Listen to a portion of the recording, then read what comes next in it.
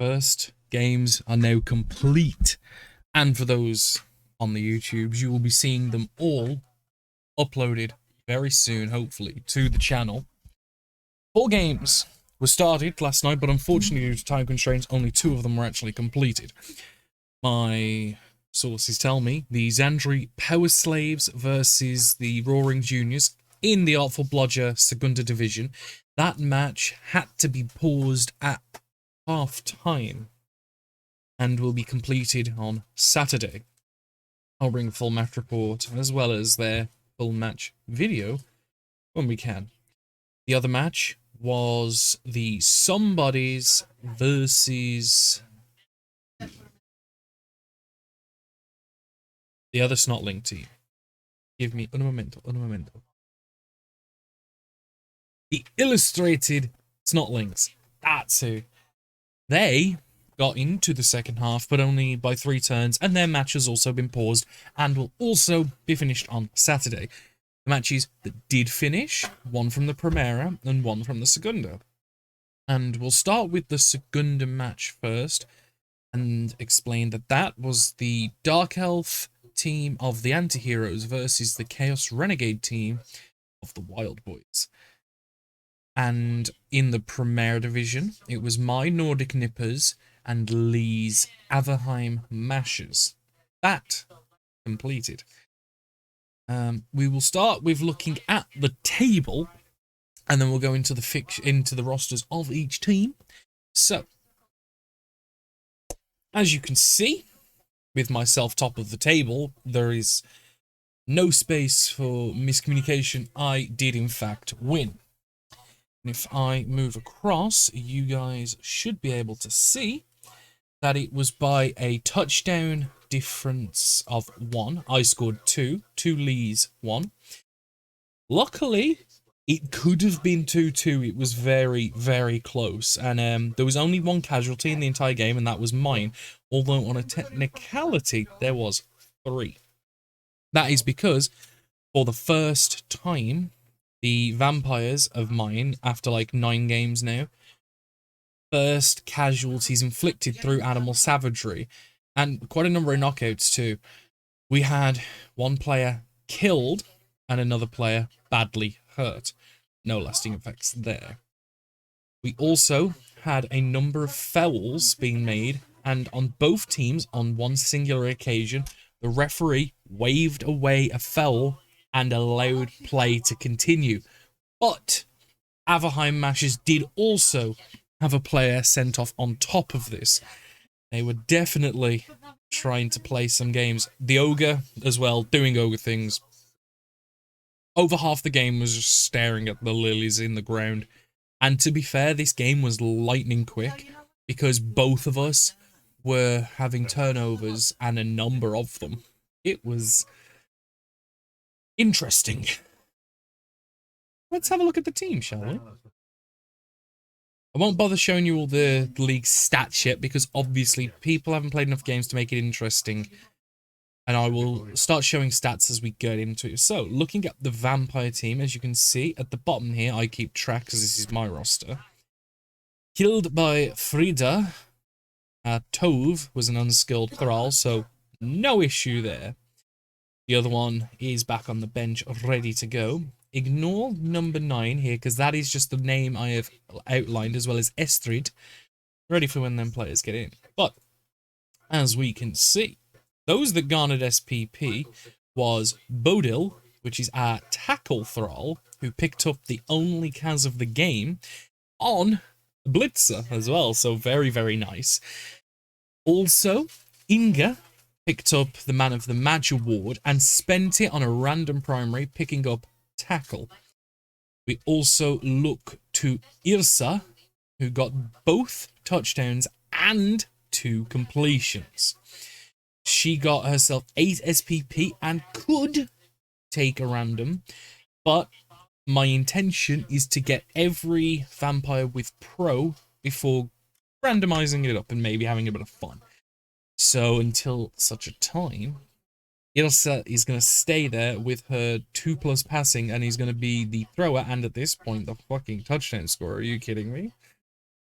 Not bad. I also picked up an apothecary, as well as receiving a bump in fan factor, making my TV now 1.14 million. But obviously having to add in an extra journeyman, that'll take it to 1.18 million. Not bad, not bad, not bad.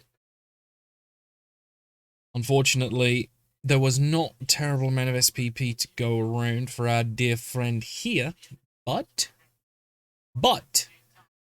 the touchdown was scored by the blitzer of Jay Madison, getting himself some SPP ready. The MVP was picked up by Monroe, the linesman.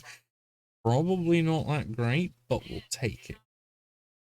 Also, we have Jay Tyler, the thrower, picking up 4 hole completions, which is pretty good. I think if he keeps up that attribute finding, you're going to find that he's going to win the completion award pretty handily. An apothecary's also been picked up, bringing the TV of the Averheim Mashers to 1.17 million. Interesting point as well in this game. First game I've ever seen in an official league capacity where the TVs of the two teams were the exact same. We both went into this match with 1.12 million, and we've both left with different values. Interesting. But we'll see how they play going forward. Now, the second match that was played, the Wild Boys versus the Anti-Heroes, and again, you can see, based on the league position, who may have won this game. And it was, in fact, another 2-1 victory to the Wild Boys of the Chaos Renegades. The Dark Elves, unfortunately, couldn't hold in that second half for the 1-1, and the Wild Boys just had too many turns, 6 turns to get the winner, and obviously, as you can see, with men to spare from the 4 casualties inflicted versus the 1 inflicted in return, it was bad. Which, I will say to James, you have earned the first bonus points of the season. Because, to remind people that are watching at home, and to remind the competitors as well, there is 3 bonuses up for grabs. 2 points if you score 3 touchdowns or more. 2 points if you have 3 casualties or more. And 1 point for a clean sheet. So, if these tables were combined, which they're not, James, you would be entirely first, but you are just top of the Artful Bludger Segunda Division, and might I add just as well, for people that are watching as well, the Artful Bludger, funny enough, is James. So James, you're top of your own league, buddy. And also to remind people, Lily May got herself promoted, and it is now officially instead of the Lily May Segunda Division. This season, it is the Lily May Primera Division. Let's have a look at the team, shall we? So here we have the team of the Wild Boys, and if we go to the match record, James keeps his things very, very well done. As we can see here, he keeps track of all of the differences, all of the improvements, and as we can see, player updates here, we have all the SPP, and an apothecary was hired off the money. So it increases his value. No other changes there, but I know at least now, because I've managed to zoom it in better, people can see rosters better. So, as you can see, there is all the players. I'm going to scroll to the right so you can see skills. Red are added skills. Not bad, not bad, not bad. And then finally, Stuart's team, which, a little pained at the minute. Got a niggling injury. Got a couple of extra skills elsewhere now, and now people can see rosters better. Coming out with a team value of 940,000 because the 2 players here, Rocket Raccoon and Altair, are currently going to be missing the next game. So they will need to be replaced with 70,000 linesmen, which will bring down the team value by another 40. So the team value is going to go down from 45,000 off its original value. So add 140,000 to this. It's going to be 1.08 million at CTV if I've mathed that quickly correctly. I'd probably consider maybe after the next second game, if injuries continue like this, I would highly suggest maybe prioritizing a apothecary. Because that's what I did. That's what Lee did. And I think, and the Wald boys did it as well. I think apothecaries are going to be really important this season because a lot of people got some high value players. And as one little announcement, and I will be announcing this on all of the first round videos, there is a bounty that is currently out on a player that I would like to announce.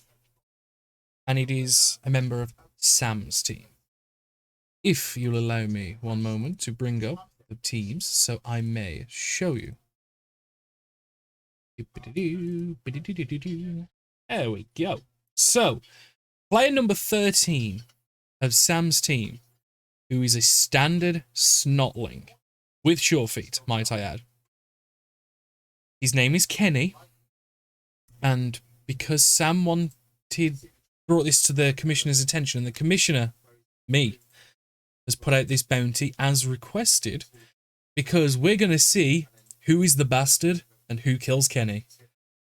So, to whoever kills him, not injures, not badly hurt, not miss next game, no stat bust, kills, you get 10,000 gold pieces from the commissioner and the management teams of the league. So, on that note, expect the videos of the matches to be coming up in the next few days. I will see you when I have more games to report after Saturday. See you later, guys.